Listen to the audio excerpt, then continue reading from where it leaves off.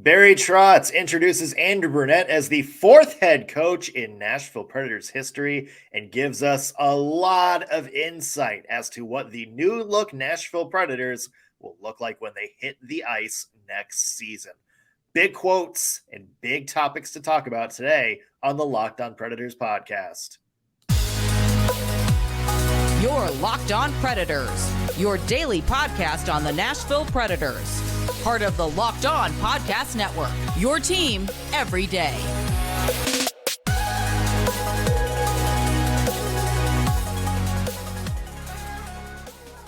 Thank you for making Locked On Predators your first listen of the day every single day.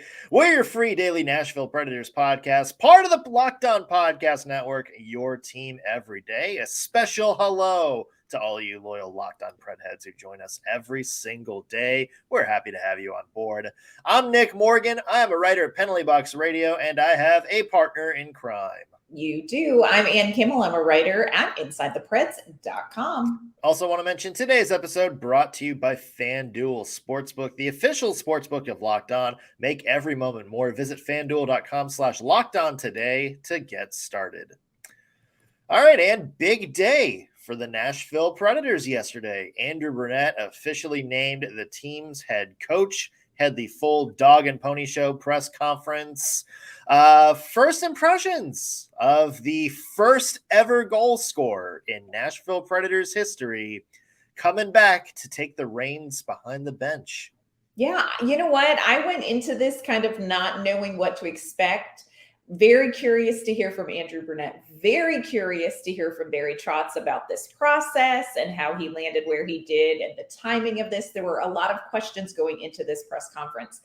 I will say that I left this press conference even more of a optimist than I went into this press conference. I think there was a tremendous amount of energy around this hire. I think Barry Trotz feels very good about this. I think that fans will feel very good about what they hear initially. Of course, it all comes down to what you see on the ice. But yeah. I think everybody who was there left feeling excited about it. I ran into David Poile and was just kind of casually chatting with him. It was funny. He ended up holding Brunette's jersey that they gave him. And he said to me, I don't usually end up holding the jerseys. Yeah. I think Alex Doherty on Twitter yesterday said, it was like 35 minutes into the press conference. It was like the first question for David Poile. And he's like, that's backwards than it usually is. Haven't seen that at all in the past 25 years. Yeah. But, he was very excited and, said to me, you know what, this is a really exciting day for the Nashville Predators and, for the fans. And I totally agree. Again, it's where the metal hits the road or whatever that saying is. Rubber hits the road? Rubber hits the road. Yeah, because that's the tires, right? The tire is flat. That's where the metal hits the road. But hey, you know what? All that matters is what's going to happen when this team hits the ice. But I think this was such a great launch for Brunette's tenure here in Nashville. Yeah, if you're going just by press conference quotes or press scrum quotes, there's enough to make you want to run through a brick wall and get you hyped. There's a couple of quotes and takeaways that are going viral across the hockey Twitterverse today. Let's talk about the actual press conference itself, though, because we wanted some insight. We talked about this a little bit yesterday. Why Andrew Brunette? Why Andrew Brunette over somebody like Carl Taylor? Why him over somebody like some other candidates, elsewhere in the NHL? Here's what Barry Trotz had to say about just kind of what was he looking for in terms of a head coach and why Andrew Brunette stood out.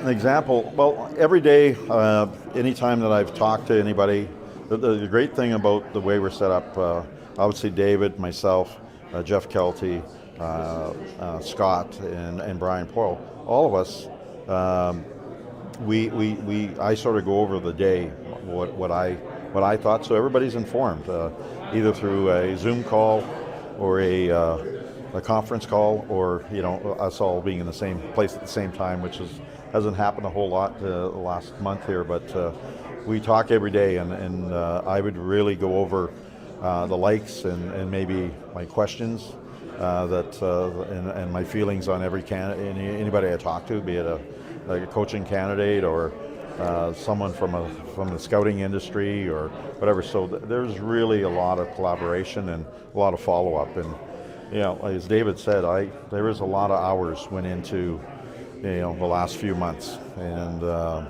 I don't take this lightly. I don't take this higher. I don't take letting John go lightly. I mean, I was in the other seat for a number of years, so I understand. Yeah, I mean, there's a lot that went into it. I think the big takeaway from that, Ann, is that this wasn't just, Barry Trotz and his guy. There was a lot of feedback that went into the decision, not just to, let go of John Hynes, but bring Andrew Brunette in. And you heard Barry Trotz, a little bit later in that press scrum say, I was fine if John Hynes came back. It was kind of like what we talked about yesterday. He was fine if John Hynes came back, but he just wanted to make sure he could get his guy before he made that move. Yeah. And I thought it was interesting. He was very good to kind of pull the curtain back on what this process was like, which is not something that you typically get from a GM going through this process. But I think because he's the incoming GM, he wanted to be very transparent about look, I took the lead on this, but I gathered input from a lot of different places. And you mentioned David Poile was pretty quiet in this press conference, but I do think it was important for Predators fans to feel like, hey, Barry Trotz really collaborated with a lot of people, not just within the Predators organization, but outside of the Predators organization. This is somebody who did his due diligence on making this hire. It was not something that he took lightly. He mentions at the end of that clip, letting John Hynes go. I've been on the other side of that. I know what that's like. I know that's not a casual move that you make. And I think it was very important for Barry Trotz in this entire press conference to reiterate that I didn't let John Hynes go casually. I didn't drag this on which is what the perception has been, I think, among some of the NHL coaches. And I think he really wanted that to be a message that got out in this press conference. You feel like maybe he kind of let it drag on? What is your opinion on that? Yeah. Really? I mean, so Barry Trotz, I know he said that, this was, he told him, hey, it might take to the end of the month or anything like that. But to me, here's my thing from Barry Trotz on that. When he said, I would have been fine with John Hynes, but, wanted to make sure, there wasn't anybody else out there. Mm-hmm. At that point, you don't want John Hynes back. If you're looking at your head coach as the plan B, yeah, I mean, you should get a new head coach regardless. And I totally get what he was going for, where it's like, if you don't have anybody that better than John Hynes, then why not stick with John Hynes? No. But if you're out looking, if you're married to somebody and you start thinking I just kind of want to get back on, Tinder and just see if there's anybody else out there. Yeah. You're not exactly happy in your marriage. And so to me, I think the second Barry Trotz started looking at other options, I think his mind was made up about John Hynes, however way he wants to spin it. But, as I said, that's not the wrong decision. Mm-hmm. That's not the wrong decision at all. I think you and I both agree the Predators, I think, just needed to take a step in a new direction. Mm-hmm. It's just in terms of the process. Yeah, I think Barry Trotz knew in his mind, he was going to look elsewhere. And we've talked about this before. If John Hynes did come back, that is a very, very short leash for him next season. And I'm not sure if that's, fair to John Hynes or really anybody else in the Predators organization. True. And just throwing it out there, word on the street is that John Hynes is perhaps the front-running candidate now for the New York Rangers job. He was teammate Chris Drury, who is the GM for the Rangers. And the Rangers, word on the street is that they are liking what they're hearing from John Hynes. So, we'll see how that all pans out. Of course, we'll keep everybody updated on the John Hynes move too. But yeah, I think it was very important. It seemed very important to Barry Trotz to kind of weave that narrative carefully about, I don't mean to disrespect John Hynes, but it was a little bit, I like your analogy. It was a little bit of a tough one. Yeah. Yeah. For John Hynes' perspective, yeah, good for him. I mean, going to the New York Rangers. Like I said, I don't think John Hynes is a bad coach, like, everybody says he is. I just think he's not the right coach for the Nashville Predators right now. And, I know everybody's talking about his coaching records in New Jersey and now in Nashville and his 3-11 postseason record here. It's also worth noticing that he was in two pretty bad roster situations in both of those spots. So, it'll be interesting to see what he does with a good team like the New York Rangers. It'd be really interesting to see how he handles Alexis Lafreniere and Capo Caco, two prize prospects who a lot of people think are being mismanaged in terms of playing time. We've seen what happens with that in Smashville, but best of John Hynes. Absolutely. Yeah. Much more to get to, including some big changes coming to the quote unquote Predators identity. I think it is very clear from what Andrew Brunette and Barry Trotz said yesterday that these are not going to be the same old Predators you see on the ice next season. I think there's new philosophies coming. We'll talk about that. Plus, and question for you, how soon can we expect this team to be like a serious contender, or at least expectations for next season? That's a question we want to get to in just a second as well. First, though, I want to take a second and mention today's episode brought to you by FanDuel Sportsbook. This is the perfect time to get the FanDuel app on your phone. Why? Because NBA Finals starting tonight. Stanley Cup Finals starting Saturday. Perfect sports weekend. And right now, new customers on FanDuel get a no-sweat first bet if you want to bet on any of the games up to $2,500. That's $2,500 back in bonus bets if your first bet doesn't win. There's all kinds of bets.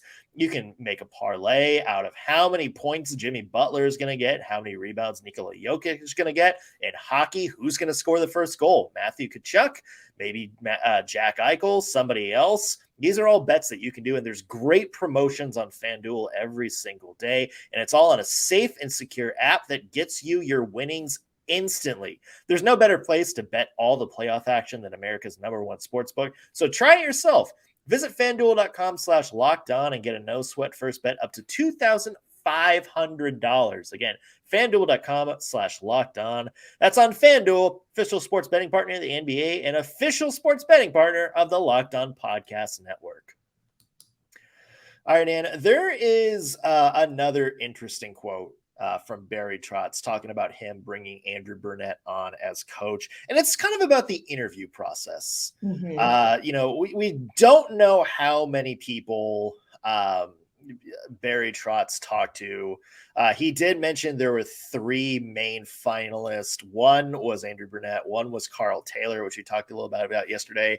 And one was the third person he declined to name. A lot of people think maybe it's Spencer Carberry, who just wound up in Washington. But he had a very interesting comment when asked about some of his conversations with the coaches, and it really, you can tell, ties into what he wants this team to be. So let's take a listen. It's all of the above. We sit down, and obviously I coach, so when we coach, we talk about philosophies, we talk about systems. I make him present what he teaches, and I've through almost 35 years, 40 years of coaching, I've seen lots, and I can decipher between what I call the BS and the real stuff. Coaching's not always X's and O's. That's what is the misconception. Coaching is making connections with your players, getting them to play for each other. 100%. Yes. 100%. And I think that's maybe the biggest thing that changed for me, Ann, is, it's less about these systems, because the Predators just had 2 back-to-back system head coaches, and it's more about trying to bring the best out of individual players and figuring out maybe where they play best. Yeah. If I had to walk out of that press conference and summarize what I heard with regards to the Brunette hire, with regards to what they're looking for in this next head coach. That word would be relationships.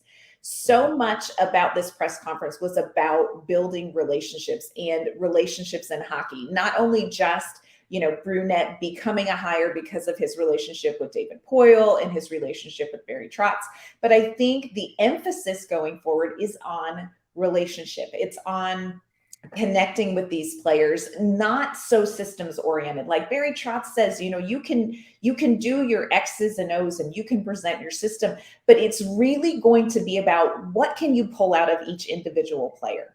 What can you get out of a Cody Glass? What does he need to be the best he can be? What do you need to give or get, when it comes to FIlip Forsberg? How do you build that relationship from coach to player, but also the relationship in the locker room, player to player, and kind of rebuilding that camaraderie, that team swagger, that hunger to play for each other. So much about this hire focus not necessarily on Brunette's resume, but on his ability to build relationships and who he is as a person as much as who he is as a coach. And I thought that was really interesting.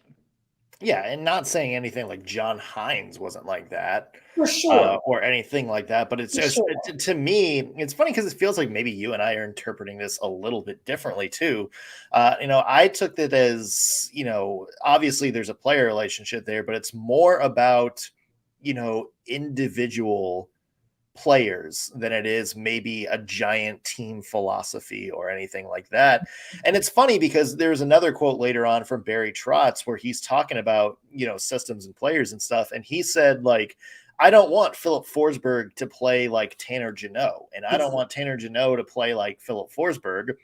Probably could have double checked that roster, Barry, before you use player comparisons. But he's like saying, but I do want like some aspects of Tanner Jeannot and FIlip Forsberg game and vice versa. And it's funny because we've had this conversation with players before. It's like, if you're on this line, you need to do this and you need to do this. And if you can't do that, then we're going to call somebody up from AHL or use one of our replacement players and get that role filled. To me, this is more of a transition to, how does this player play? How can we get the most out of this player? Who are some people he might have chemistry with elsewhere? And let's see if we can get the best out of the individuals, not necessarily trying to look at a big picture, strategy and saying, who fits where, where does this person play that who fills this role? This is more of a, how do all of these players fit together? Mm-hmm. It's so much about what is your point A? Is your point A, I'm starting with this system and I'm going to plug people into this system? Or is your point A, I'm looking at this roster and I'm looking at the individual talents that we have on this roster. How can I create a system around that? And I think, Barry Trotz was very complimentary of the job that John Hynes did at the end of the season. And he said at the end of the season, he coached the roster. Yes. He didn't have, a lot of the same players. He didn't have the high name players because of trade, because of injury. He looked at the roster he had and he coached it. And I think this hire, this Andrew Brunette hire, I think they're looking for somebody whose point A is, let me look at this roster, not here is the system. Now let's fill it in. And I think that that's a little bit of a shift from a coaching perspective. And again, not to take anything away from John Hynes or anything like that. But I think that was something where the Predators saw success kind of coming at that angle. And that's very much Andrew Brunette's wheelhouse. Yeah. More to get to on this as well, and including a good soundbite that I think really defines what the Nashville Predators are going to play like moving forward if Barry Trotz and if Andrew Brunette can kind of realize their vision. One thing I want to ask you, Ann, real quick. The Predators have brought in Barry Trotz. They brought in Andrew Brunette. We presume there's kind of going to be a shift in philosophy, a shift in strategy. What's the expectations for this team next season? Yeah, this was a question that was asked of Andrew Brunette, and he was very quick to say, look, it's too early for me to say that. But as somebody who's kind of been here, you and I have been following the Predators now for 2 seasons. We know a lot about this roster. We're all aware in Nashville Predators land that this is definitely a new chapter. I think that the word that kind of summarizes where people need to land is be patient, but have expectations, because I do think that we're going to see a change in the Predators. Barry Trotz and Andrew Brunette did a radio interview after the press conference and was asked by one particular radio host, kind of the Gran Torino of sports talk here, about, what are your expectations? And Brunette said, we want to be entertaining. And the host jumped in and said, no, we want to win. And it's like, okay, absolutely, the Nashville Predators want to win, but I really think step one is to get back to hockey with swagger. And I think that's an expectation that fans should have, pretty quickly. They should see some of that pretty quickly. Do I think the Nashville Predators are going to make the playoffs next season? That's a really hard question to answer, because there are also some comments made that we don't know for sure what's going to happen, especially when it comes to this, the draft and all this draft capital. We don't know for sure what this team is going to look like yet. I do think it's going to be a lot more exciting. I like the direction that they are wanting to steer this ship in. I don't know that I'm ready to say that this is going to be a 1-season reset or a 2-season reset, but it's also not going to be a 6, 7, 8, 9 year process. So I think it's going to be sooner than a lot of other teams in the NHL, but I think people need to be patient and enjoy the ride. Enjoy the ride, y'all. Yeah, that's the hope, is just you get a little bit better every year. And hey, UC Saros almost led that last year's team to a Stanley Cup playoff berth. So It's not out of the question that maybe, we see kind of like that era between, when Paul Correa and Jason Arnott were here versus the, when, Shea Weber and Ryan Suter really started taking over. It's like they kind of made the playoffs that fluke year, missed the playoffs the next year, then had another, kind of really good season, then kind of a fluke year, and then had that really good 2012 season. It wouldn't, it kind of feels like maybe there's a little bit of period of back and forth where you take a step forward one season when things go right, maybe some things go wrong the next year and you take a step back. And then, maybe you take a big step forward years 3 or 4, something like that. It might be like that for a while, but I think the biggest thing, if you're the Nashville Predators, is just to get these players to where they need to be. You got Cody Glass, you got Luke Evangelista, you got Phil Tomasino. You're going to probably have Joakim Kemell, if not next year, then at least, within the next 2 seasons at some point. You're going to have Yaroslav Askarov coming into goal at some point as well. You got to get them up to what their potential is. Like, you got to see what their high end potential is. And that to me is going to be step one, both for Andrew Brunette and in terms of this rebuild, because you do that, you can show that you have, the players you have in potential, and whoever they draft this year, make sure they're getting on the right track, that they're going to become those high end impact players you need them to be. Then you can really look and say, okay, what does this team need? Yeah, I thought it was interesting. A lot of the players were at the press conference, and we got to hear from Roman Josi and FIlip Forsberg. And FIlip Forsberg was asked, how do you feel about the fact that this may be, a couple of steps back to make some forward movement a little further down the line? And FIlip Forsberg's response was, look, when I step on the ice, it's to be a playoff team. And so I kind of like that, the expectations, this team is not going to lower their expectations. They're going to work for that. Whether that happens right away or not, we'll wait and see. But I really like that it doesn't sound like these veterans are going to say, well, okay, it's not going to happen this season. We saw some incredible things at the end of the year from these younger players. And I think that these veterans who were out and had to watch it are going to come back very hungry. Now, do I think we're going to win the Stanley Cup next season? No, friends, I do not. But I think it's going to be a hell of a lot of fun. Yeah, that's the big thing. And there's one quote from Barry Trotz that I think brings this all home. My favorite quote of the press conference, just kind of talking about, what he wants his team to be, what maybe the revamped Predators identity is going to look like. Love this quote. Let me play it for you. We want to be relentless on the puck. I thought I want to be on our toes. I don't want to be on our heels. I want to skate. I want to work. I want to enjoy the game. Just like all the players do. And I think, and I said, we play the game. We don't work the game. You put a lot of work to be good at this game, but you still play the game. And that's where we get the joy in the competition. I was so fortunate to win a Stanley Cup, and someone said, about the whole journey. What was the thing about it? It was the actual competition. It was the journey. How hard it was that was actually enjoyable. Once you can accept that, you got to put in a lot of work, but that work is part of that joy. Then you're going to have great success.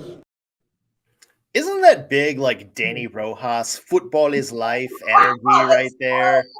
Let's go.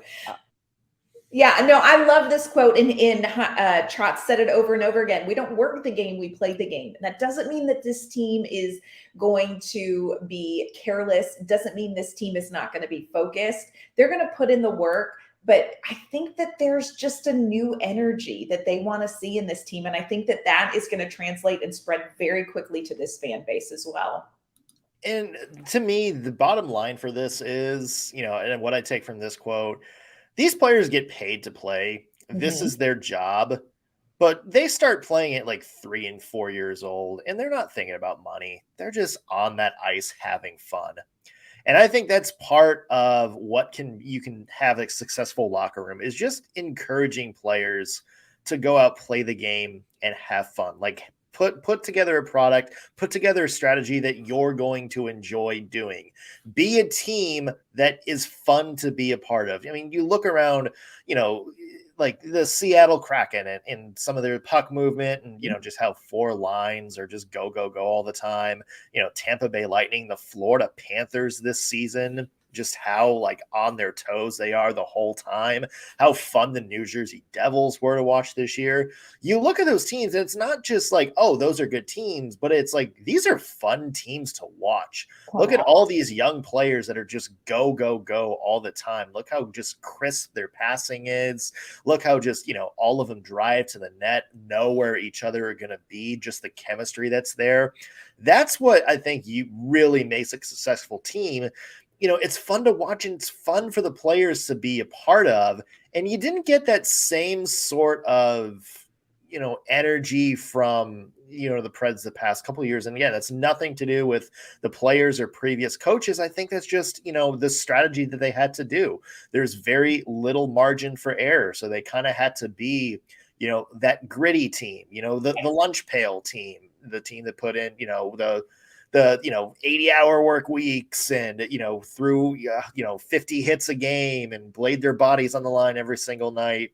It's not necessarily the fun way to play hockey. And I think when I hear Barry Trotz say this, and, you hear Andrew Brunette's, it's going back to, you want to have a strategy that players want to have fun with. Yes, I agree 100%. And I don't think that takes away anything about how specific and serious these next couple of seasons are going to be for the Nashville Predators. But it comes back to me to that relationship and that joy, building connections in this locker room. These players want to play for each other, and they find the joy in hockey again. And whether this team is successful in 2 seasons, in 3 seasons, in 4 seasons, enjoying the process could be so much fun on and off the ice for everybody involved watching them. And I think that's the direction the Predators are headed. And I think it's a lot to be excited about. Yeah. Lots of good energy from this press conference yesterday. Good There's a vibe. lot of stuff we haven't got to yet, including some interesting comments from Trotz about the team's draft strategy, maybe the summer strategy for in terms of free agents and stuff like that. Andrew Brunette, talking about maybe what kind of team we're going to have on the ice next year, and also we heard from FIlip Forsberg and Roman Josi, giving us some good insights as to what they think of this move. There is a lot to get to with this coaching change, so we're going to have plenty more on this throughout the week. Plus, it is now June, which means NHL draft month is here, and come on, bring us more baby Preds, y'all. Bring us more baby Preds. Yeah, so we're going to have more content from Eric Dene talking about who he thinks the Predators should draft, who might be available with the second pick in that first round, and also maybe some late round sleepers. So plenty more to get to on Locked On Predators coming up.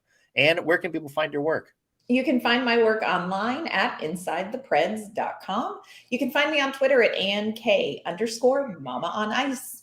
You can find me at penaltyboxradio.com. Follow me on Twitter at _NSMorgan. Thank you so much for making us your first listen of the day, everybody. Just a reminder, Locked On Predators is your free daily Nashville Predators podcast, available wherever you get your podcasts and on YouTube. Just search whatever platform you're using. Just search Locked On Predators. You'll find us. Hit subscribe. That's going to do it for us on today's Locked On Predators podcast. Thank you so much for making us your first listen of the day. We'll be back tomorrow with an all-new episode. See you then.